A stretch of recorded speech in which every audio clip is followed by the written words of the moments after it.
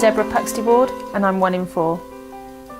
The day the doctor said to me, we found a tumour and it's bowel cancer and I'm 95% sure that it is cancerous, I actually sat there in the hospital bed and went, oh, thank God I know what it is. So a relief and then very quickly scared, fear of the unknown. And so that's really where Beating Bowel Cancer came into their own with kind of emotional support and information support.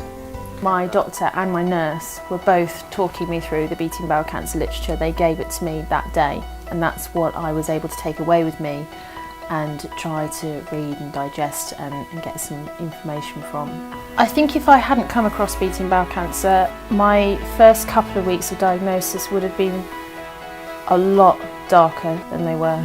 And it actually was putting things in very real, everyday terms. They weren't using medical words which just confuse you. So to me, they kind of had already supported me through that first couple of days, which quite frankly, between your diagnosis and your first scan, is probably the worst time of your life.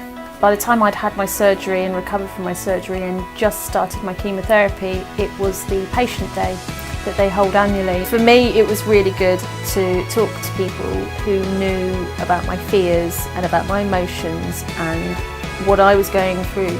And I could talk to them without having to worry about what I was saying. Likewise, my mother could go into another room with the carers and they could talk about things. For the charity to be able to eliminate that fear, I can't thank them enough, because it was a time where I didn't know if I was going to live or die. I didn't have a clue.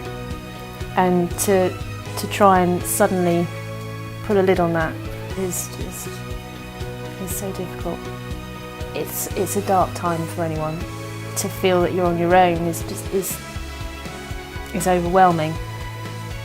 And I'm just lucky that I didn't have to feel like that. It's important for me to support Beating Bowel Cancer because I want to give something back. I want to give something back to people that made a really hellish journey bearable for me. My hope for the future in my world is that I'm going to do a lot more travelling and see the world and experience things. And at one point I might not have been able to do that. So for me, I've got to say these guys have saved my life, and now I can go and live it.